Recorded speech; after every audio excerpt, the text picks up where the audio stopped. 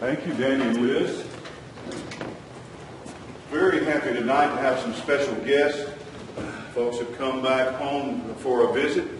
We've invited Mackie and Candy to be with us. Mackie Watson, Candy Watson.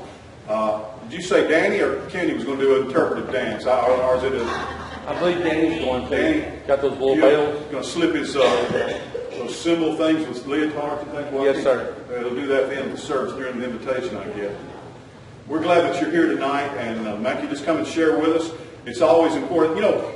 It's always important for us to remember that God is working through His church all around the world. Amen. I didn't mention this morning, but I hope that you noticed in the news that the believers in Nigeria are just being exterminated. So they're just being killed, mass graves there, and that means God is doing a great work there. Terry and I had the privilege when we were in Israel together.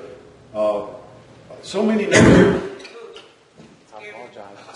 Nigerian Christians were in the Holy Land at the same time that we were, and those people are so dedicated. So they were all just like little children, and just bubbling over. So my heart really goes out to them. They truly love the Lord, and that's evidence. Anytime you see persecution, you know that God is doing a great work. He's doing a great work. So God is doing many other things in our church and other churches, and it's always good to know what God is doing everywhere. So, Mike, you come and share with us. Thank you, Brother John.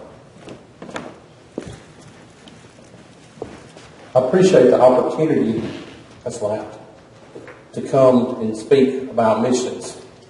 I really felt that me and Candy were probably going to be primarily doing missions, but it seems that God won't allow us to do that, and we're okay with that because we just want to do what God would want us to do. So we also serve in the pastorate. But now I'm very blessed to lead a missions ministry, a branch missions ministry. If you will put that up there, Andy. And our basic core concept of our name and mission comes from John 15:5, which says, I am the vine, Jesus says, and you are the branches. He who abides in me and I in him bears much fruit. Without me you can do nothing. First and foremost, we want to do what God would have us to do. We want Jesus Christ to be leading what we're doing. Because without Him we can do nothing. But we literally just want to be the branches and realize He's the vine. We want to be the hands and feet of Jesus. We're a 501c3 public charity is what the government lists us as. We don't keep a dime. What money goes through us goes out. You see stuff here, probably well over 80% of everything that we use to go on mission trip, we raise ourselves.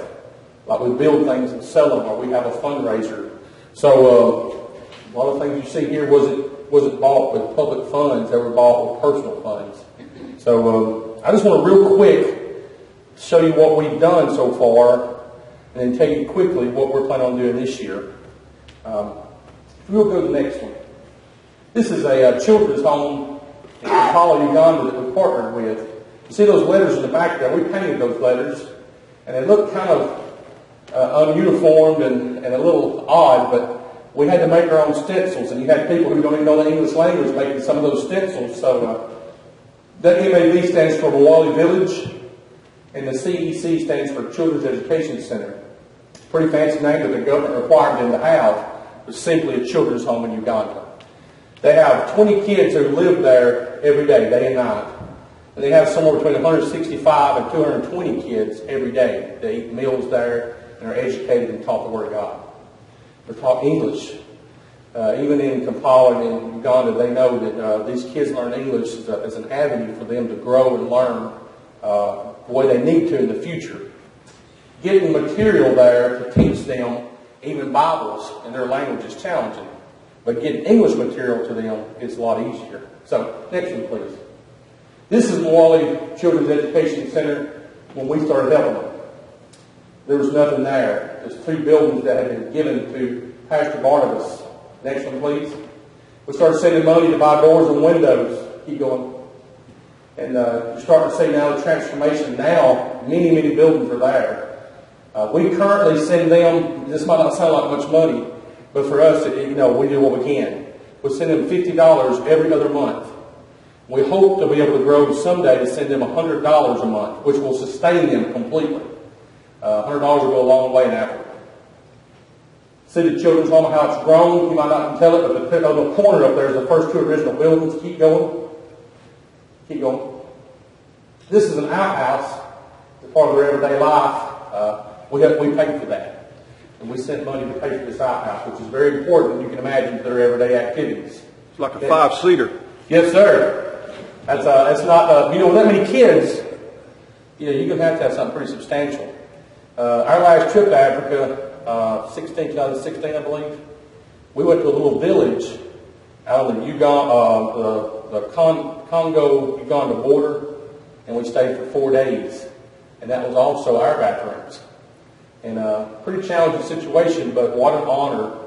We've been out there on those grounds with those people and helped them from the very beginning, and we hope to be able to help them from now on. And we're not planning a mission trip back there anytime soon, primarily because it takes a lot of money to go there. And we would rather send them that money because they can do a lot with it. Now that we know people there that are credible, we've been there twice, we would rather send them money to do credible, good things with. And we may go back eventually, but if we do, it's still 2 or 3 years down the road. It costs you around $3,000 to go there and back. Pay for your room and board, flight, everything, which is a lot of money. And like I said, sending them $50 every other month is substantial to them. So $100 a month would make a huge difference. That same $3,000 that I could raise to go there would pay for 2 years of $100 a month to them. So you can see why we're not rushing right back there, although we may go someday. Us being there has a huge impact. When we were there the last time, we fed the entire community. We rented tents and hired people to cook. And that's not like a catering business here. That's several people from their community where they go buy supplies and they cook it, and we served. Our ministry stood in line and served all of them, which for them was revolutionary. Many of them have never seen white people, and they've never seen someone come serve them like that. So we wanted to make sure we did that. We served them. Next one, please. This is Fraternidad Baptist Church in Cuba. We've been there twice to help them, and we've helped them from the beginning of their church here. In Cuba, it's very different. They have a lot of older established churches that have been there for many years. But when the country turned communist, it won't allow any more new churches to be built. So what they do is, on the outskirts of their perimeter of their reach of people, they'll plant house churches. And someone from their church, young preachers, take that house church, and the main church will help fund it and supply it to grow it, so they can continue to grow Christianity in Cuba. This church was bought with donated funds. And listen to this. I'm a pastor of a church. We might have about 70 people on a good day. We have 45, 50 people regularly. And we raised over $14,000 last year for this church. And that's substantial, in my personal opinion. And I don't think really, the things that happened since then are pretty miraculous. But really, that's a miraculous thing as far as I'm concerned. But there's another thing that kind of happened during this process. It's very practical. All things about God are extremely practical, and we don't think about it that way. It calls us all to be in one mind and one accord. We're working on one project, one focus for the kingdom of God. All of us. Not everybody's going to go to Cuba. But it's just as if our entire church did, because they helped to fund it. They worked for it. Their heart was in it. They prayed over these things. They're all involved. Everybody's involved. Next one, please. This is the backyard. That place had kids running around playing everywhere. There's broken glass, and there's all kinds of things in that backyard. Next. This is what it looks behind that little church. They didn't obviously buy something that was nice. Next. Keep going. This is us doing a Bible study in our first trip there. Next. I just want you to see a really good picture of the backyard, because as it starts to change, you'll see it's radically different. While we were gone, cut down all the trees, started cleaning up, and you can't tell it there, but they started digging holes. And this is us as we went this last October, and we dug and poured the foundation of a pavilion that we had financed for them to build behind this house to have church in. This is all the people here. A couple of these guys is down the far right, and the bald-headed gentleman on the far left are Christians from the church helping. The rest of them were lost. And by the grace of God, we were able to lead them to God the whole week while we worked with them. So this is just one of many salvation experiences I can tell you about. But for me alone, that was well worth the trip right there. Next one, please. You can see as the foundation started to take place, no excavators, no concrete trucks. We poured that concrete out of a wheelbarrow, and we mixed every bit of it by hand. And there are concrete trucks in Cuba, but only for the government, not for the people. Next. This is young pastor, Elizir, right there working alongside us the whole time. This picture was taken just about a month ago, as they have decided now to add on bathrooms to the front of this pavilion, which we're paying for. Next. When I say 14,000, I want you to understand what I'm talking about. That paid for 3 people's trips. It was $2,300 per person. And I also put $8,000 towards the church. And building the $8,000 will build that right there. Plus do all the repairs to the original church that they need to live there. So this is right behind the house. I wanted to show you this. You remember the picture a while ago of the lady standing there? Her name is Heidi, by the way. That's the pastor's wife. How rough the back of the church looked. That's what it looks like now. That little sink out back. Next. This is Heidi and Ellisir. They have a very unique story. Heidi was in a church serving, and some people from America came, and this is some 5-6 years ago, and they wanted her to come to America. So they solicited it to the government, asking that she could come to America and live with them for a year and go to seminary in America. And they refused. So her church prayed, the church in Dallas, Texas, is where it's from, prayed, and they submitted again, and the government let her come. She spent 1 year in Texas in seminary. Ellisir is in seminary right now in Cuba. For a little over $600, you can send a young man or woman to seminary in Cuba for a year. Now that's kind of amazing, isn't it? So he is sponsored by someone in America as well, because we know the only way we're going to change other nations is not necessarily building there, which we're going to do, but we want them to become Christian nations. If they become Christian nations, that's what's going to change them. If you'll notice, he's wearing a Branch Mission Ministry t-shirt. We have a couple right here if you want to see them. But I'll never forget this. It's just a few months back, not this last bad weather spell we had, but before that we had some bad weather. And I had 2 people check on me. One was from Africa and one was from Cuba. And you think about that for a little bit. It's pretty amazing to think that a simple country boy from North Alabama, I have friends in Africa and friends in Cuba. Brothers just like me, they love the Lord. They're trying to serve God. What an honor it is to partner with them and help them. Next one, please. This is Garfield Avenue Baptist Church. This is where we're going this year. I've been there 3 times. This is an inner city church in Louisville, Kentucky. You'll be a little bit surprised by it when you see it. It's not necessarily, you think of Louisville, Kentucky, I don't know about you, but I think about horse racing, I think about it being in the country and Louisville Slugger and those type things. This is very inner city, pretty rough area. This church was originally built in the 60s, I think he said early 60s. And it's like a basement. This was supposed to be a basement, and in the coming years they were going to build another level. Well, it never really grew or gained the financial capability of doing that. I'm not sure how many years now, but some years back, 6-8 years roughly, the church was on the verge of closing. And the local DOM went to the seminary and told the graduating class, this church across town, been there since the early 60s, is on the verge of closing its doors. I want to challenge you, young men and women, to pray about going there and helping it. Well, a young man and his wife decided they were going to go there and help it, keep it from closing its doors. And we partnered with this young man for some time now. The church has grown to some extent. It has several young couples in it now, which will help to sustain it in the coming years. But they've grown in a sense that that young pastor is now leaving to go plant another church, and another young pastor is starting to take over. But we have been working with those people the whole time.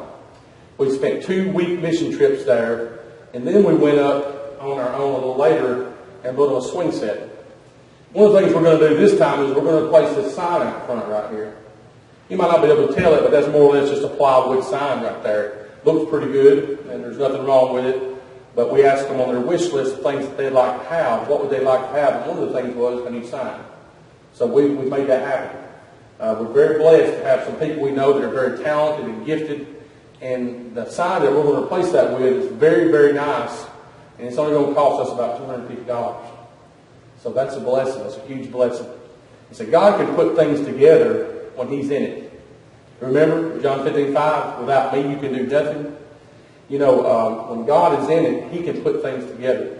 We had a man build an aluminum frame sign that's going to stand about 7 feet off the ground. You see how close to the ground this one is?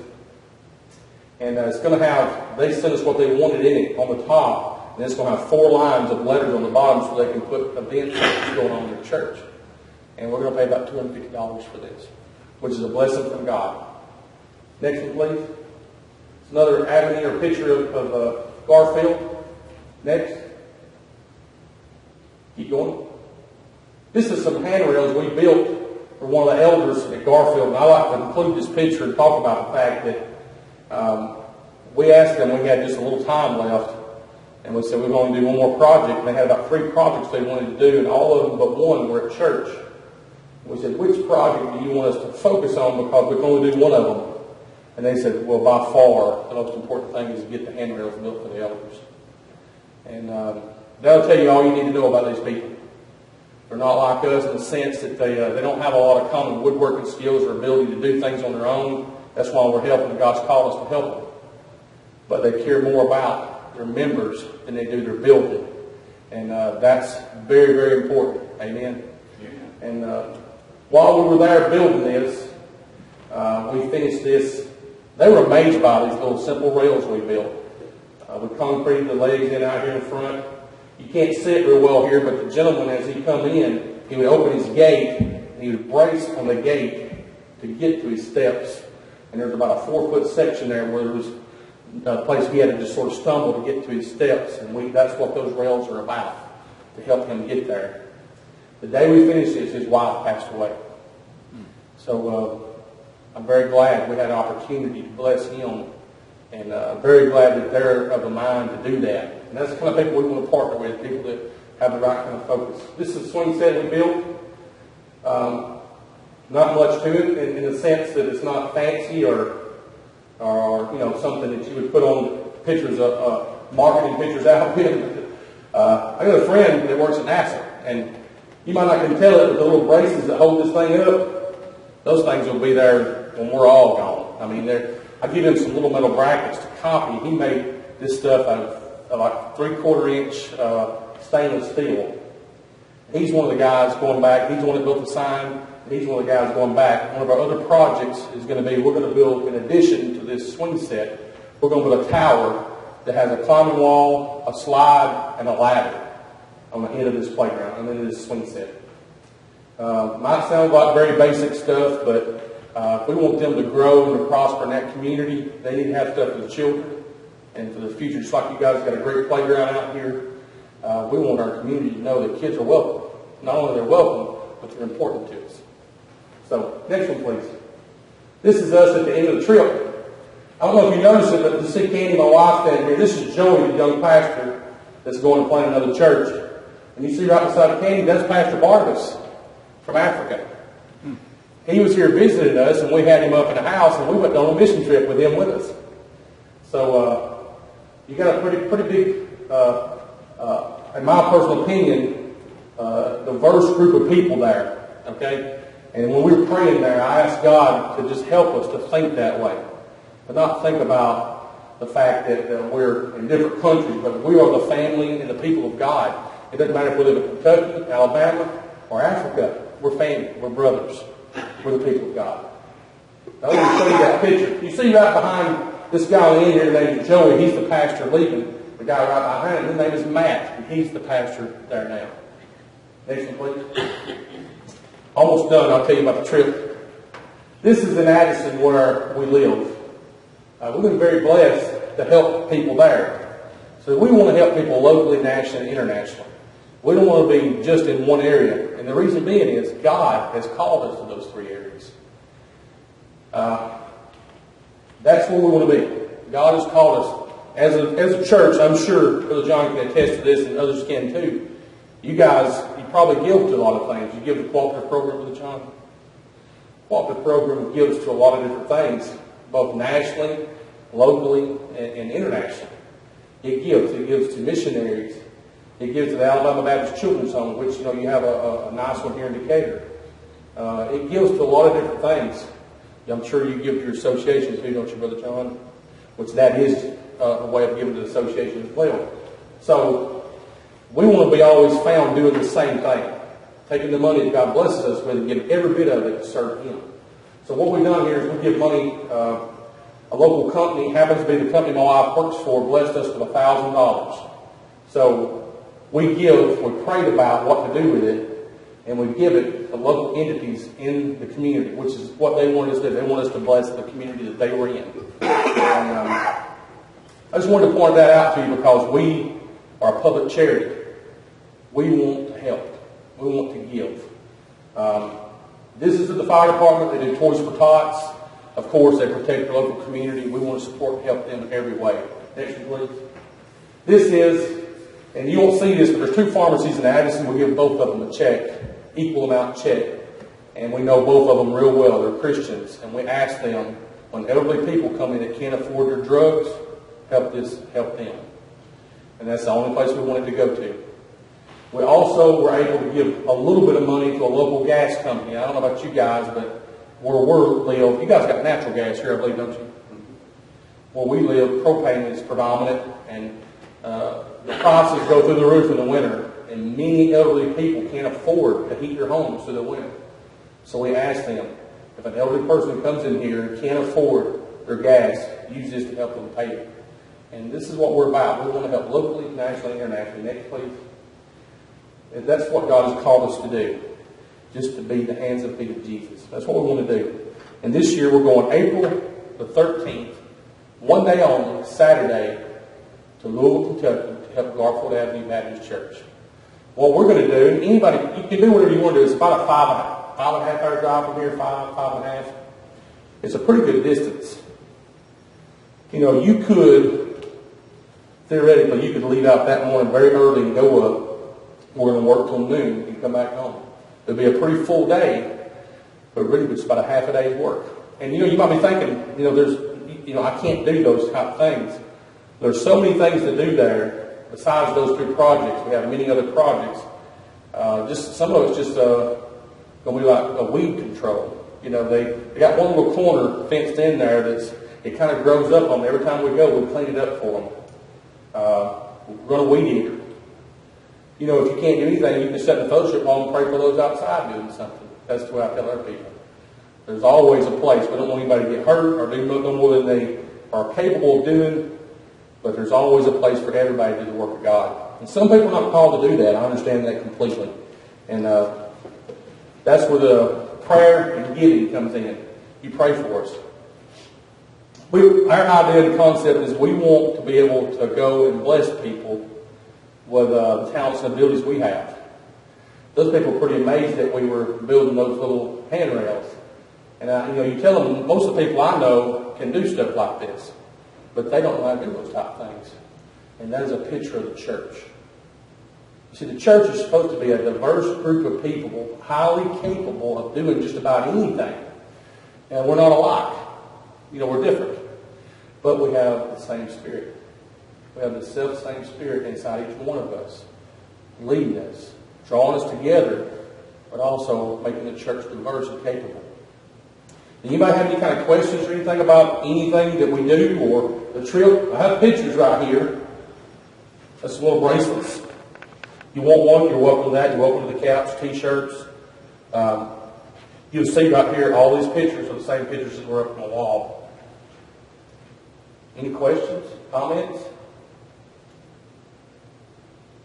How many folks do you have going April the 13th that's already committed, Mackie? We have about 10 people right now.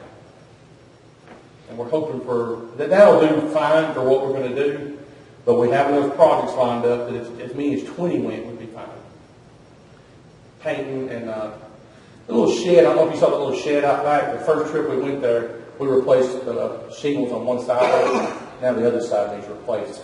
We're talking about a little shed like you would, you move in, you don't build it there, it's just pull in there on skids. Very small shed.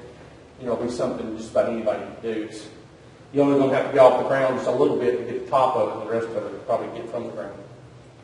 Is your whole group, are you going down in a caravan or a bus or a... No, we're going individually for the most part. We have 2 couples plus us are going Friday evening. I was going to ask if there are some people who are driving down Friday night and just Yes, maybe sir. staying in a motel and then... That way we can just drive across town the next morning and go to work early. We have a backup plan. April's kind of a wishy-washy month. If it rains April the 13th and we're just unable to do this. By the way, we built the swing set in the rain. So unless it's just bad, we'll probably go. But if it's really bad, we have a fallback date for May the 16th, I believe. It's a Saturday also. But you can see what we're doing is not rocket science. It's simple. It's simply just trying to help people. You might think $50 is not much to send to Africa. It's a lot of money in Africa. And $100 a month would completely sustain that children's home.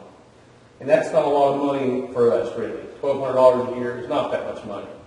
But we don't ever want to commit to that until we know we can do it year after year. So we don't want to give them $100 a month for 1 year and not be able to afford to do it the next. So that's the thing that we would love to do also in Cuba. We're hoping, I don't know how much you know about Cuba, but the people that drove us around, they made more money than people who have government jobs. It was a communist country. One of our drivers was a doctor who had quit being a doctor because he could make more money driving people around. He made $40 a month being a doctor in Cuba. $40 a month. He can make that a week driving people around. When I say it's not like a taxi per se, it's you drive several people around the route. This is Cuba that you're here. Cuba, the Cuba trip is pretty interesting. It's unbelievable how quick you can be in Cuba. We fly from Birmingham to Atlanta, and it takes about 35, 40 minutes. And then from Atlanta to Cuba is an hour and 45 minutes. You can be in Cuba like that. Going to Africa is a 14-hour flight. That's a long way. Going to Cuba is just like you're there in no time. The young man, I don't know if you saw this. Can you flip through the pictures to the couple, the Cuba couple? I really felt like saying something about that before, and I didn't. Keep going.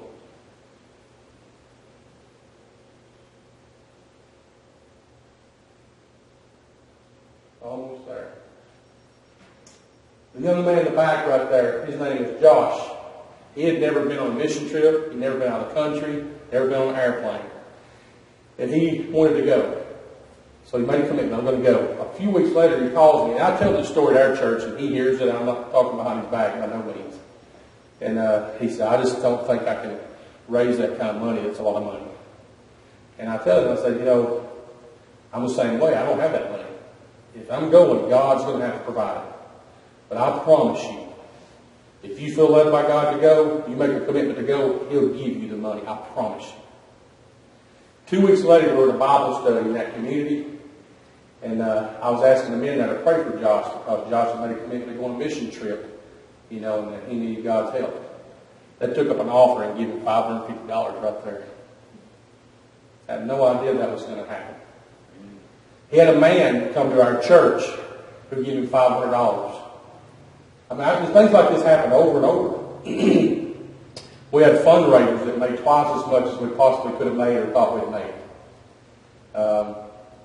We were up to the last Sunday before we were going to leave, and we still needed $2,300 to pay for the building. And we got $3,200 donated that day. Now, what do you think his faith is like now? His faith now has been so increased. Him and his wife lead our youth. He works in the sound booth. He helps drive the bus to pick up children. And he wants to do more because he sees what can happen when you really trust the Lord and step out in faith.